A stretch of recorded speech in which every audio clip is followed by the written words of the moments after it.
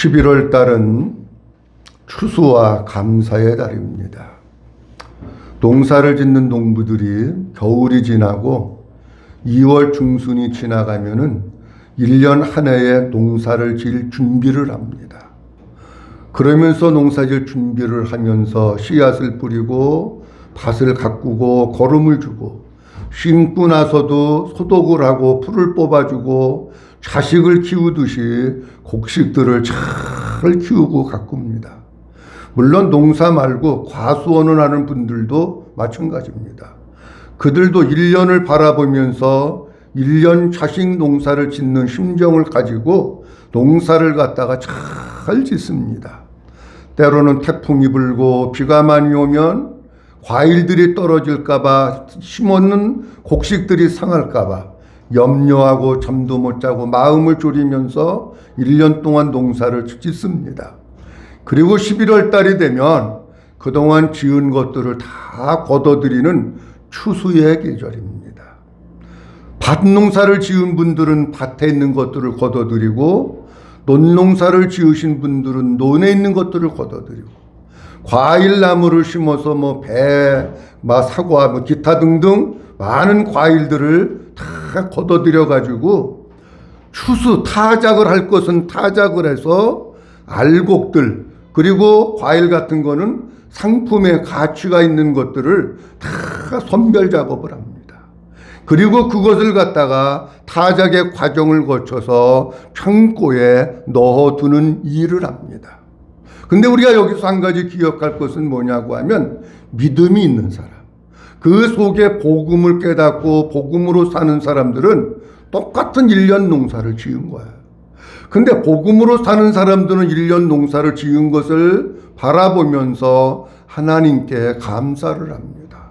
1년 동안 내가 농사를 지어서 또는 과수원을 해서 많은 수확을 거둬들인 것이 이게 내가 한 게 아니로구나.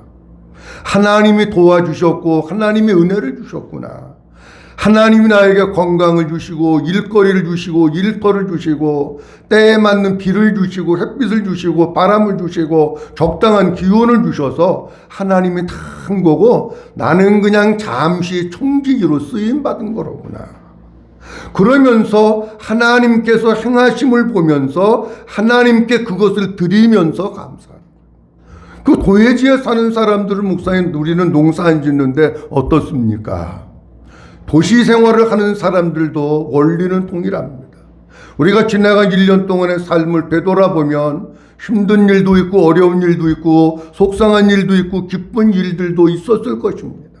그것들을 돌아보면서 오늘 내가 여기 서 있는 거, 오늘 내가 여기 살아있는 거, 오늘 내가 여기서 믿음으로 사람으로 서 있는 것이 내가 잘나고 똑똑해서가 아니라 하나님이 붙잡아 주셨고 하나님이 도와주셨고 하나님이 은혜를 주셔서 오늘 내가 여기에 서 있고 믿음의 사람으로 믿음의 길을 갈 수 있는 거로구나 하는 것을 생각하면서 하나님께 감사하는 사람은 믿음의 사람이고 복음을 아는 사람입니다. 여러분 11월 달은 추수를 바라보면서 감사하는 절기인데 추수라고 하는 것은 도대체 뭔가? 성경 말씀 속에서는 추수감사절에 대해서 뭐라고 말씀하시고 있는가? 출애굽기 23장에 볼 것 같으면 주님은 우리에게 이렇게 말씀하고 있습니다. 수장절을 지키라 기는 내가 수고하여 이룬 것을 그 다음부터 봅니다. 연말에 시작. 연말에 밭에서부터 거두어 저장합니다. 아멘. 수장절을 지키라. 이게 수장절이 추수감사절이에요. 이는 내가 수고하여 이룬 것을 연말에 밭에서부터 거두어 뭐 한다고요? 저장함이니라. 그렇게 말씀합니다. 우리가 지금 11월 달에 살고 금방 12월 달이 되기 때문에 이때는 연말입니다. 모든 수고한 것을 들에서부터 거두어서 알곡을 저장하는 때가 추수감사절이 우리에게 주는 의미입니다. 신명기 16장에 볼 것 같으면 주님은 우리에게 이렇게 말씀하십니다. 너희 타작 마당과 포도주 틀의 소출을 거두어 드린 후에, 그렇죠? 타작마당과 포도주 틀에 소출을 거두어 드린 후에 이래 동안 초막절을 지킬 것이요. 그렇게 말씀합니다. 그러니까 추수감사절을 성경에 대해서 성경 뭐라고 말씀하시고 있냐면 타작을 하고 1년 동안 수고한 것을 타작해서 소출을 거두어 드리고 그것을 바라보면서 감사하면서 하나님께 절기를 지키는 거예요. 레위기 23장에 볼 것 같으면 비슷한 말씀인데 이렇게 말씀하고 있습니다. 너희가 토지 소산 거두기를 뭐 하거든? 맞추기는 여호와의 절기를 지키되 토지 소산 거두어 타작을 해서 거두어 드리는 것을 마칠 때에 뭐하냐? 여호와께 절기를 지키라는 거예요. 그러니까 추수감사절은 하나님께서 우리에게 이렇게 지키라고 말씀을 하시고 있는 겁니다. 그래서 추수감사절에 이스라엘 백성들은 자기네가 심은 과일이라든지 야채라든지 여러 가지 곡물들을 하나님 아버지 앞에 갖다 드리면서 그들은 추수감사주의를 지켰던 거예요. 자, 그러면 이 본문 말씀을 보면서 오늘 뭘 생각을 하려고 하느냐고 하면 추수감사절, 추수라고 하는 것은 1년 동안 농사를 지어서 타작을 해. 타작을 해가지고 알곡은 거두어서 창고에 드리는 거예요. 상품 가치가 있는 것은 시골에 농사 짓는 사람들도 요즘엔 다 저장 창고가 있습니다. 저장 창고에 다 드리는 거예요. 그리고 알곡이 안 된 것들은 버려버리는 거예요. 그런데 이런 일들이 언제 있느냐고 하면 만왕의 왕 되신 우리 주님 이 세상에 다시 오실 때에 똑같은 일이 벌어지는 거예요. 여러분 추수감사절을 통해서 우리가 꼭 기억해야 될 게 뭐냐고 하면 내가 알곡이냐 내가 알곡이 아니냐 이거를 여러분 점검하는 게 너무 중요합니다. 여러분 추수감사절을 50년 지켜도 하나님 앞에 내가 알곡이 되지 못한다면 그건 의미가 없는 거예요. 진짜 추수감사절을 통해서 내가 하나님 앞에 지금 알곡 신자인지 쭉정이 신자인지 가라지 신자인지 이게 분명하게 나 자신을 보고 정립이 되어야 되는 거예요. 우리 주님은 마태복음 3장에서 이런 말씀을 하고 계십니다. 뭐라고 말씀하고 있느냐고 하면 다 같이 한번 읽어봅니다. 시작. 손에 키를 들고 타작 마당을 정하게 하사 알곡은 모아 곡간에 들이고 쭉정이는 꺼지지 않는 불에 태우시리라. 아멘. 우리 주님이 오셔서 하시는 말씀이 뭐냐고 하면 손에 키를 들고 자기의 뭐를 만들었다고요? 타작 마당을 정하게 해서 거기서 타작을 하는 거예요. 그리고 타작을 하고 보면 알곡이 있고 쭉정이가 있어요. 물론 지금은 기계로다가 탁 해가지고 했더니 기계가 자동적으로 알곡을 골라내고 쭉정이를 버립니다, 여러분. 근데 옛날에는 다 수동이야. 사람이 타작을 하고 사람이 그것을 풍선으로 돌려가지고 구분을 해서 알곡을 모으고 쭉정이를 버리는데 우리 주님이 이 세상에 다시 오시는 그날 만왕의 왕으로 이 땅에 다시 오실 때에 우리 성도들을 알곡과 쭉정이로 가르신다라고 하는 겁니다. 오늘은 마태복음 13장의 말씀을 주로 본문으로 해서 뭐에 대한 말씀을 추수감사절에 드리려고 하느냐고 하면 한번 따라합니다. 하나님. 나는 알곡입니까? 한번 더 따라합니다. 하나님. 나는 알곡입니까? 여러분들이 하나님 앞에서 하나님 내가 교회 20년 다녔습니다. 하나님 내가 교회 30년 다녔습니다. 그런데 내가 지금 알곡되어서 우리 주님 이 시간에 여기에 오신다면 나는 천국 창고에 들어갈 수 있습니까? 너무 중요한 거예요. 여러분 교회를 100년을 다녀도 알곡이 안 돼서 주님 오실 때에 쭉정이면은요 그건 소용없는 거예요. 오늘 성경 말씀을 가만히 보면 오늘 이렇게 말씀드리려고 합니다. 밭에는 다시 얘기합니다. 교회 안에는 세 종류의 사람이 있습니다. 세 종류의 신자가 있다는. 그 다음에 뭘 말씀드리려고 하느냐고 하면 우리가 알곡이 되려면 어떻게 해야 알곡이고 뭐가 알곡인가 거기에 대한 것을 말씀을 드리려고 합니다. 먼저 말씀드릴 것은 뭐냐고 하면 밭에는 세 종류가 있는데 다시 얘기하면 교회는 세 부류의 신자가 있습니다. 첫 번째로는 가라지가 있습니다. 마태복음 13장 26절 말씀에 보면 주님이 이런 말씀을 하십니다. 밭에다가 씨를 뿌리는 거예요. 주인이 좋은 씨를 뿌립니다. 근데 며칠이 지나고 나서 종들이 나가보니까 주인이 뿌린 씨가 아닌 다른 게 난 거예요. 26절 말씀에 보면 싹이 나고 결실할 때에 모두 보이거늘 가라지도 보였다는 거예요. 29절에서 30절 말씀에 보면 이렇게 말씀합니다. 그러니까 종들이 주인에게 얘기합니다. 주인님, 이거 가라지 뽑아서 버릴까요? 그랬더니 그러지 말라는 거예요. 주인 이르되 가만두어라. 가라지를 뽑다가 곡식까지 뽑을까 염려하노라. 30절 둘 다 추수 때까지 자라게 함께 두라. 추수 때 내가 추수꾼들에게 말하기를 가라지는 먼저 거두어. 그 다음 뭐라고 되어 있어요? 불사르게 단으로 묶고. 가라지는 먼저 거두어 불사르게 단으로 묶고 곡식은 모아 내 곡간에 넣으리라. 이렇게 말씀합니다. 그러니까 이 밭에는 알곡이 있고 가라지가 있는 거예요. 그래서 주님은 이 교회라고 하는 안에도 이런 가라지가 있다고 하는 것을 말씀을 하고 있는데, 가라지는 어떤 특징을 가지고 있느냐고 하면 근본 종자가 다릅니다. 다시 말씀드리면 가라지는 주인을 콩을 심었어. 가라지는 주인을 벼를 심었어. 근데 그 종자와 전혀 다른 게 나오는 것이 뭐냐고 하면 가라지입니다. 마태복음 13장 25절 말씀에 이렇게 말씀합니다. 사람들이 잘 때에 원수가 와서 곡식 가운데 뭐를 덧뿌리고 갔다고요? 가라지를 덧뿌리고 간 거예요. 그러니까 주인이 뿌린 종자가 A라고 하는 종자를 뿌렸는데 가라지 난 거는 Z라고 하는 종자가 난 거예요. 주인은 벼를 뿌렸는데, 벽씨를 뿌렸는데 가라지는 벼가 아니란 전혀 다른 거예요. 시골로 얘기하면 논에는 벼가 있고 피가 있습니다. 근데 근본 종자가 다릅니다.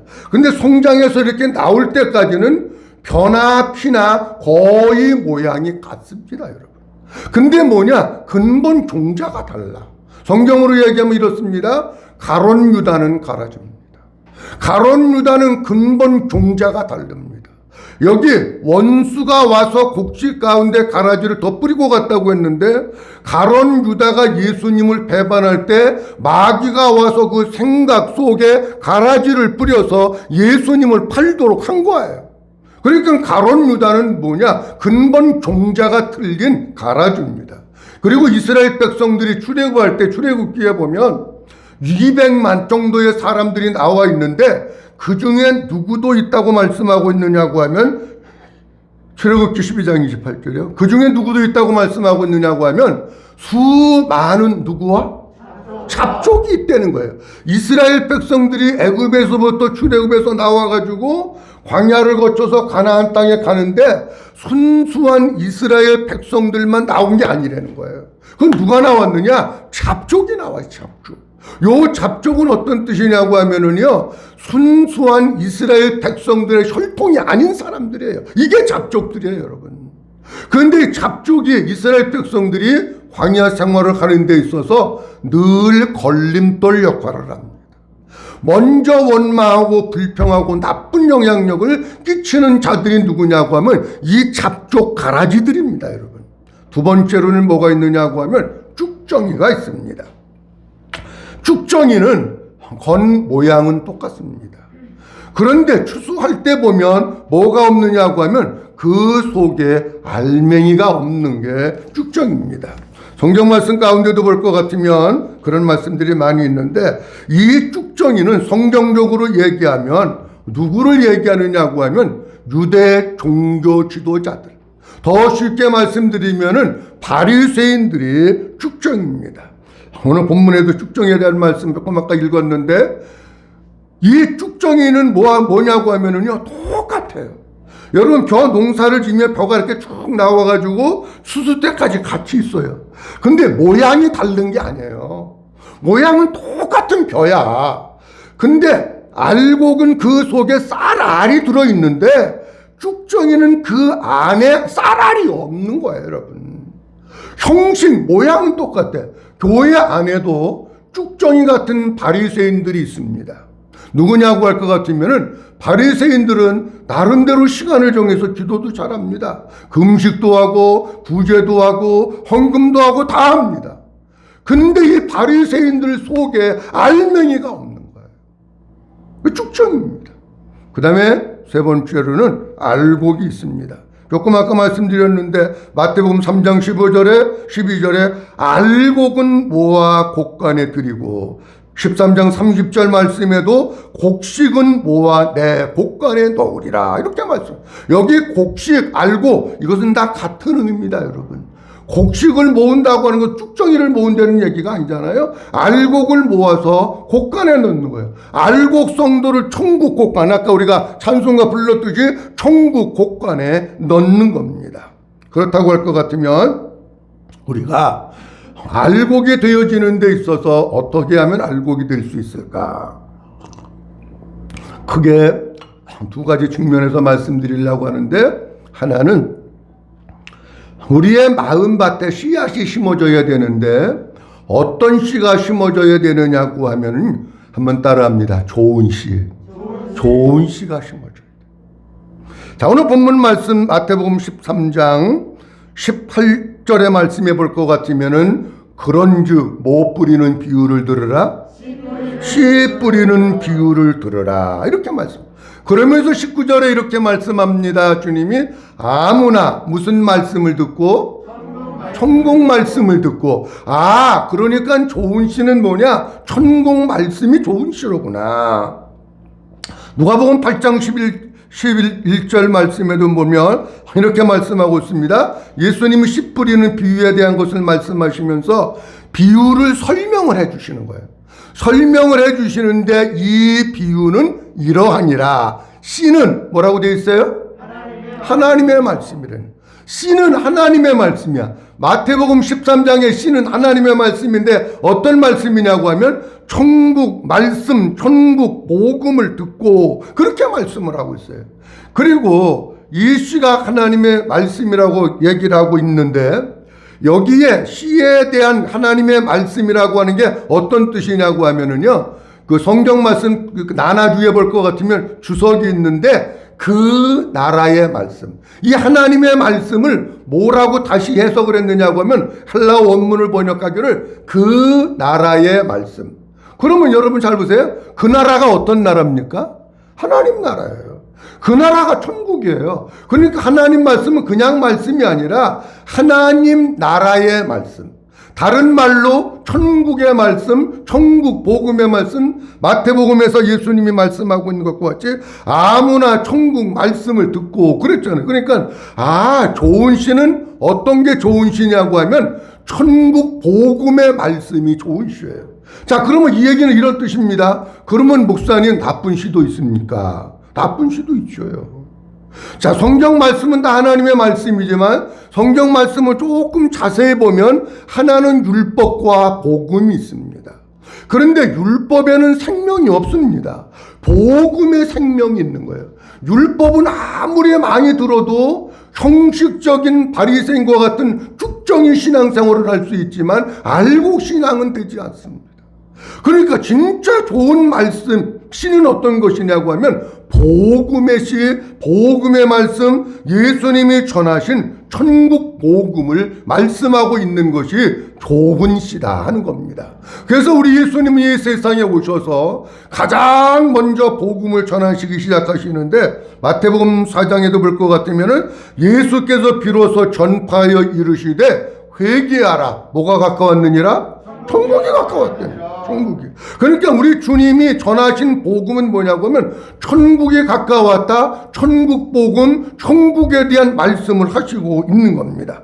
마가복음 1장 14절서부터 보면 요한이 잡힌 후 예수께서 갈릴리에 오셔서 무슨 복음을 전파하여? 하나님의 복음. 하나님의 복음은 천국 복음, 하나님 나라의 복음을 전파했다는 거예요. 15절 말씀. 이르시되 때가 찼고 하나님의 나라가 가까웠으니 회개하고 뭐라고요? 복음을 믿으라고요. 그러니까 우리 주님이 전하신 복음은 다른 걸 전하는 게 아니라 천국 복음을 전하시면서 이 복음을 믿으라 그랬는데 이 복음의 씨가 우리의 밭에 심겨져야 된다는 거예요. 예수님은 마태복음 9장에서 이렇게 말씀하십니다. 모든 도시와 마을에 두루 다니시면서 저희 그 땅에서 가르치시는데 뭐를 전파하셨다고요? 천국 복음을 전파하시며 이렇게 말씀하고 있습니다. 그러니까 예수님이 오셔서 전하신 말씀은 뭐냐고 하면 천국 복음을 전하신 거예요. 믿어주시면 아멘. 그러면 잘 들으셔야 됩니다. 예수님이 오셔서 천국 복음을 왜 전하셨을까? 그것은 다른 것이 아니라 우리가 이 땅 여기에서 마음 가운데 천국을 누리면서 살라고 천국 복음을 전하신 거예요. 신앙생활은 죽어서 천국 가는 게 아니에요, 여러분. 신앙생활은 죽어서 천국 가는 게 아니라 이 땅 여기에서 천국 복음을 듣고 깨달아 믿어서 내 마음 가운데 천국이 이루어지면 이 땅에서 천국을 누리면서 살다가 죽어서 천국 가는 건 줄 믿으시기 바랍니다. 그게 천국 복음이에요. 아니 천국 복음 왜 전하겠어? 천국 있는 거 알라고? 안 믿는 사람들도 천국 지옥 있는 거 다 알아요. 그런데 문제는 뭐냐? 복음을 모르고 믿지 않기 때문에 천국에 못 가는 거예요. 복음을 잘 깨달은 사도 바울은 로마서 1장에서 이렇게 우리에게 말씀하고 있습니다. 로마서 1장에서 다 같이 한번 읽어봅니다. 그러므로 시작. 그러므로 나는 할 수 있는 대로 로마에 있는 너희에게 복음 전하기를 원하노라. 내가 복음을 부끄러워하지 아니하노니 이 복음은 모든 믿는 자에게 구원을 주시는 하나님의 능력이 됨이라. 아멘. 사도 바울은 로마서를 쓰면서 로마 교회 성도들에게 복음을 전하면서 이렇게 얘기합니다. 나는 할 수 있는 대로 너희에게 뭐 전하기를 원한다고요? 복음 전하기를 원한다. 사도 바울은 본래 복음을 몰랐던 사람입니다. 원래 율법에 쩌들었던 바리새인입니다. 율법의 의로는 흠이 없었던 사람입니다.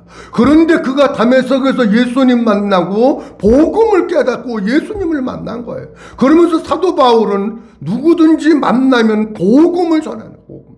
16절 말씀에 이렇게 말씀하고 있습니다. 왜 복음을 전하느냐? 내가 복음을 부끄러워하지 아니하노니 이 복음은 모든 누구에게?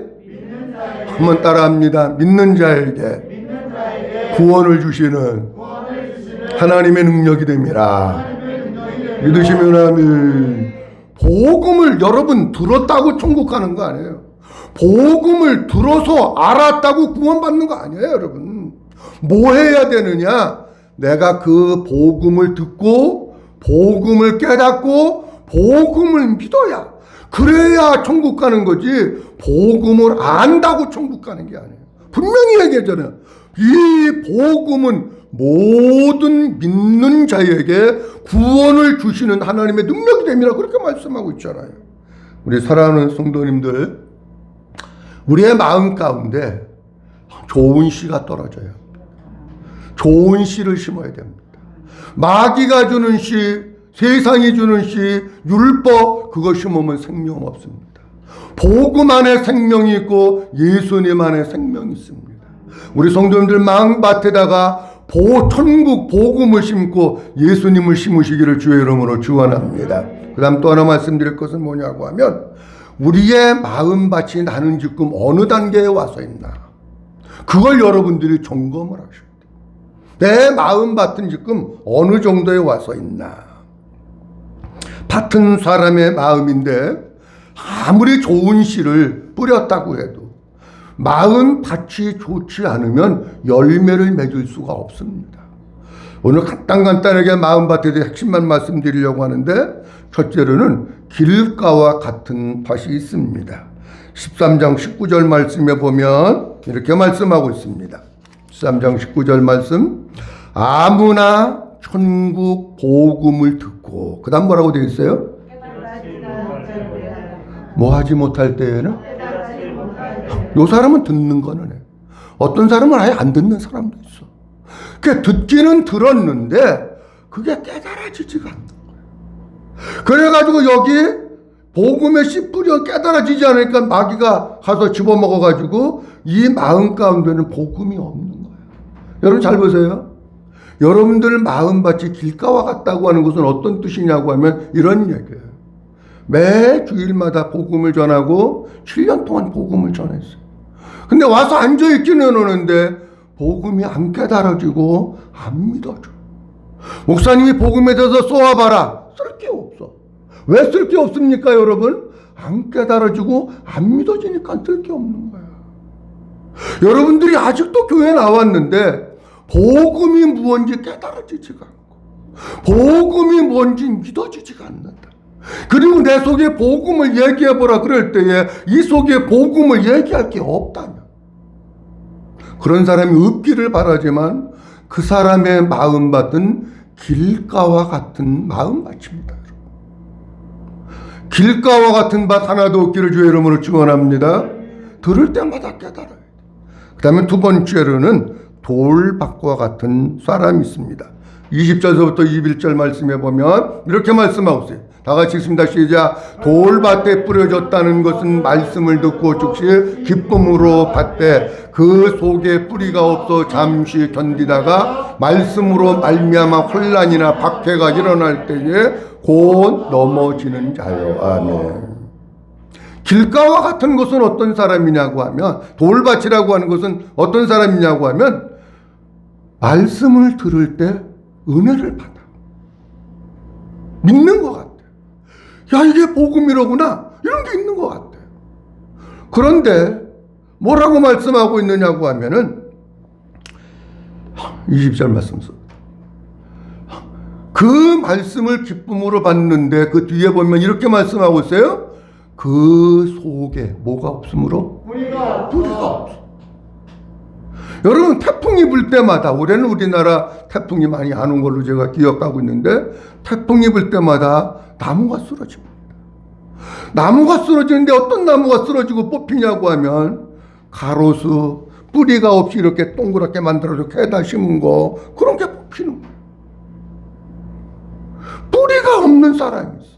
무슨 뿌리? 말씀의 뿌리, 믿음의 뿌리가 없어가지고 어떤 위기가 오고 시험이 오면 금방 흔들리고 넘어지는 사람이 있어요. 근데 이 사람은 어떤 뿌리에 해당하느냐고 할 것 같으면은 굉장히 감정이 예민하게 발달해 있는 사람. 어떻게 보면 감정적인 사람이에요. 그래서 은혜도 금방 받고 뭐 기도도 하는 것 같고 그러는데 뭐가 없어가지고 뿌리가 없어서 쉽게 넘어지는 사람. 이런 사람은 돌밭에 심겨지는 사람과 같다. 어떻게 보면 이 사람 마음 가운데는 응어리가 많아. 그리고 다른 측면으로 볼 것 같으면은 멘탈이 약해. 무슨 조금만 어려움이 있으면 금방 흔들려. 멘탈이 약해니까. 이거 똑같은 거예요. 마음속에 응어리가 있고 감정적이고 멘탈이 약해고 그래가지고 자꾸 넘어지고 흔들려서 뿌리가 없는 사람. 돌밭에 심겨진 돌밭과 같은 사람. 그 다음에 세 번째로는 가시떨기와 같은 마음밭이 있습니다. 다 같이 보도록 합니다. 시작. 가시떨기에 뿌려졌다는 것은 말씀을 들으나 세상의 염려와 재물의 유혹에 말씀이 막혀 결실하지 못하는 자요. 아멘. 가시떨기에 뿌려졌다는 것은 말씀을 들으나 한번 따라합니다. 세상의 염려와 재물의 유혹에 말씀이 막혀. 자, 가시떨기와 같은 사람의 특징은 두 가지입니다. 하나는 세상의 염려가 온 세상 근심 걱정 내가 해봐야 해결도 안 되는 거 그것 때문에 잠 못 자고 골치 쏟고 머리가 복잡하고 머리가 깨질 것 같고 이러는 사람이 있어요. 쓸데없는 걱정하는 사람. 아니 걱정해서 해결됩니까 여러분? 사람이 걱정해서 해결되는 근심 걱정 그거 없어요 여러분. 그런데도 내가 계속 걱정하고 속 끓이고 염려하고 막 그래서 어떤 사람은 보면 진짜 걱정을 들고 다니는 사람이 아주 싸서 메고 다니는 사람이 있어. 어떤 사람. 그 사람은 뭐냐고 하면 가시떨기와 같은 사람. 내가 걱정했다고 되는 게 아니라 주님께 맡겨야 돼. 아버지께 맡기면 아버지가 알아서 해결해 주시는 줄로 믿으시기 바랍니다. 가시떨기에 뿌리 가시밭과 같은 마음의 밭이 있다고 하는 사람의 특징은 뭐냐고 하면 재물의 유혹에 말씀이 막혀. 이 사람은 돈을 좋아하는 사람, 돈을 위해서 사는 사람, 돈이 예수님보다 더 좋은 사람.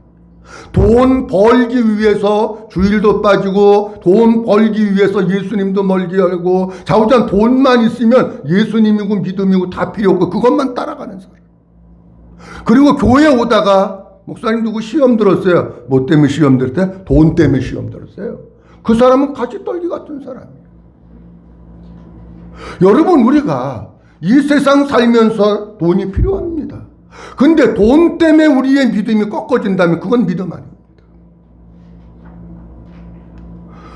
염려 많이 하고 돈이 좋아서 주님을 멀리하고 돈이 좋아서 교회를 멀리하는 사람. 오직 돈만 있으면 다 되는, 돈을 위해서 살고 돈 모으는 거에 기쁨을 느끼고 희열을 느끼면서 사는 사람. 그 사람은 가시떨기와 같은 마음의 밭을 소유한 사람입니다. 한 사람 마음속에는 어떻게 보면 상처가 많고 쓴뿌리가 많은 사람일 수 있습니다. 그 다음에 네 번째로는 좋은 마음의 밭이 있습니다. 좋은 밭, 잘 보세요. 좋은 밭은 뭐냐고 하면 이 속이 단단하게 굳어있지도 않아. 좋은 밭은 이 속에 돌멩이도 없고 가시넝쿨도 없고 응어리도 없어. 그러니까 좋은 밭은 순수한 흙, 좋은 살이 있는 흙만 있는 게 좋은 밭이야. 좋은 밭의 특징은 뭐냐고 하면 어떤 씨를 뿌리든지 마음으로 믿음으로 아멘으로 잘 받아들이는 사람. 아멘. 그런데 아무리 말씀을 전해도 아멘도 안 하고 입은 지퍼로 닫아놓고 그리고 받아들이죠. 그건 좋은 밭 아니에요, 여러분. 좋은 밭은 씨앗이 떨어질 때마다 그것을 받아들이고 품고 그래서 거기서 싹이 나는 게 좋은 밭이지.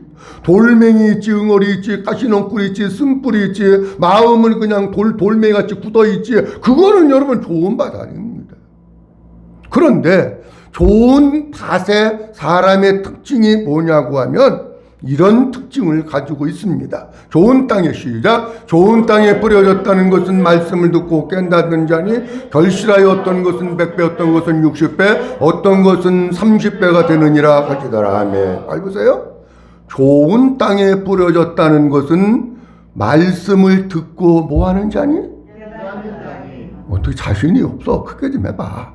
말씀을 듣고 뭐하는 자니? 깨닫는 자니. 자, 아까 길가에 떨어졌다. 거기는 뭐라고 나오고 있느냐면 이렇게 나오고 있어요. 길가에 떨어졌다. 19절 말씀에 보면 여러분 길가하고 좋은 땅하고 딱 비교를 해보세요. 아무나 천국 말씀을 듣고 여기는 뭐라고 되어 있어요? 깨닫지 못하는 거야. 교회는 5년 나오고 10년 나오고 맨날 복음 전하는데도 복음이 뭐냐고 물어보면 말도 못하고 깨닫지도 못하고 한 장 써오라 그러면 머리털 빠진다고 머리 쪼개진다고 못 써갖고 못 깨달으니까 그런 거예요, 여러분. 내가 길바닥이니까 그런 거예요. 근데 진짜 우리의 마음이 좋은 땅, 옥토라고 하면 어떻게 되느냐? 옥토라고 하면 이렇게 나와 있어요. 좋은 땅에 뿌려졌다는 것은 말씀을 듣고 뭐 하는 자니? 깨닫는 자니. 여러분, 우리가 말씀을 듣고 이게 복음이로구나, 이게 생명이로구나, 예수가 진짜로구나, 그 주님이 내 안에 오셔야 되는구나, 이제 깨달아지고 믿어져야지. 그게 좋은 땅이지. 아직도 물어봐도 복음이 뭔지 모르고 못 깨달으면 그건 길가밭이죠. 복음을 잘 깨닫고 거기서 끝나는 게 아니라 뭐하여? 아이 주여 잘 좀 봐요. 자, 23절 다시 읽습니다. 시작. 좋은 땅에 뿌려졌다는 것은 말씀을 듣고 깨닫는 자니 결실하여 그 사람을 통해서 열매가 맺혀집니다. 열매. 그 속에 예수가 있으면 예수의 열매가 맺혀지는 거고 그 속에 성령이 있으면 성령의 열매가 맺혀지는 거고 그 속에 복음이 있으면 복음의 열매가 맺혀지는 거고. 그런데 우리가 왜 깨닫는 게 중요하느냐고 하면 깨달아야 내 옛사람이 껍질을 벗기를 시작해. 깨달아야 내 마음이 깨어지기를 시작해. 깨달아야 내 믿음이 자라기를 시작하는. 골로새서 1장 말씀에 보면 주님은 우리에게 이렇게 말씀하고 있습니다. 골로새서 1장 이 복음이 시작. 이 복음이 이미 너희에게 이름에 너희가 듣고 참으로 하나님의 은혜를 뭐한 날부터? 깨달은 날부터. 깨달은 날부터 자라는 거야. 나오잖아요. 온 천하에서도 열매를 맺어 뭐 하는도다? 자란대잖아. 자라야 열매를 맺어. 깨달아야 믿음이 자라고, 깨달아야 믿어지고, 깨달아야 그 사람이 열매를 맺는 거. 사랑하는 성도 여러분, 그냥 교회 와가지고 잠자고 딴 생각하고 그러다 가지 마. 그건 백나라도 못 깨달아. 아니, 집중해서 들어도 깨달을까 말까인데. 설교도 잘 안 듣고 깨달아지겠습니까, 여러분? 안 깨달아지는 거야. 여러분, 올 때마다 말씀을 집중해서 귀 기울여서 듣고 복음을 깨닫고 하나님의 생명으로 거듭나고, 그리고 여러분의 믿음이 자랄 수 있기를 주님의 이름으로 축원합니다. 자, 그러면 정리합니다. 알곡과 가라지 쭉정이에 대해서 정리합니다. 가라지는 종자가 다릅니다. 섞여온 이스라엘 백성들의 섞여온 무리, 혼합한 무리, 잡족들, 그겁니다. 가라지는 바리새인들입니다. 외적인 형식은 교회도 잘 나오고 헌금도 하고 찬양도 하고 다 합니다. 기도도 하고. 그런데 그 속에 알맹이가 없습니다. 알곡은 복음을 듣고 깨달아 믿어서 그 속에 알맹이가 있습니다. 알맹이가 뭡니까, 여러분? 알맹이는 생명입니다. 여러분 속에 하나님의 생명이 없으면 죽전입니다. 여러분 속에 하나님이 없으면 가라지도 혹시 있을지 모릅니다. 우리 속에 생명이 있고, 생명은 다시 얘기하면 예수님입니다. 예수님. 우리 속에 예수님이 계신 사람은 알곡이고, 예수님이 계시지 않은 사람은 죽전입니다. 우리 속에 하나님의 생명이 있으면 알곡이고, 우리 속에 하나님의 생명이 없으면 죽전입니다. 그 사람이 교회를 100년 나와도 죽전입니다. 사랑하는 성도 여러분, 추수감사절을 통해서 주님 우리 이렇게 말씀하십니다. 1년 동안에 수고한 것을 타작하여 알곡은 모아 천국 창고에 드리는 거예요. 이 일이 여기에서 있는 게 아니라 우리 주님이 땅에 다시 오실 때에 예수 믿는 사람들 다 불러 모으고 다시 이런 과정을 주님은 거치십니다. 죽정이는 그 속에 생명이 없습니다. 죽정이는 그 속에 예수님이 없습니다. 우리 모든 성도들 쭉정이 되지 말고 알곡되어서 천국 창고에 드려야 되는데, 여러분 속에 주님이 계셔서 주님으로 살고 하나님의 생명으로 살고 주님께 이끌려 살고 주님으로 만족하면서 사는 알곡된 성도들이 다 될 수 있기를 주님의 이름으로 축원합니다. 기도하겠습니다. 전능하신 아버지 하나님, 은혜를 감사합니다. 추수감사주의를 맞이해서 하나님, 나는 알곡입니까? 라고 하는 제목으로 아버지 하나님의 귀한 말씀 우리에게 주심을 감사합니다. 추수감사절은 1년 동안 농사하여 수고한 것을 연말에 거두어 타작하여 알곡은 모아 창고에 드리고 쭉정이는 꺼지지 않는 불에 던지는 것이라고 말씀하셨습니다. 하나님, 이와 같은 일들이 우리 주님이 땅에 다시 오실 때에 있을 텐데, 우리 모든 성도들 나는 과연 알곡인가 자신의 모습을 돌아보게 하옵소서. 교회는 나오지만 그 속에 하나님의 생명이 없고 하나님으로 살지 않고 예수님이 그 안에 계시지 않으면 죽정입니다. 우리 모든 성도들 복음을 듣고 깨달아 믿으며 그 속에 주님이 왕으로 계시고 주인으로 계시고 하나님의 생명으로 사는 알곡된 성도들이 되어서 우리 주님이 땅에 다시 오실 때에 천국 창고에 드려지는 모든 자들 되도록 축복해 주시옵소서. 모든 영광 아버지께 올려드리옵고 주 예수 그리스도의 이름으로 기도하옵나이다. 아멘.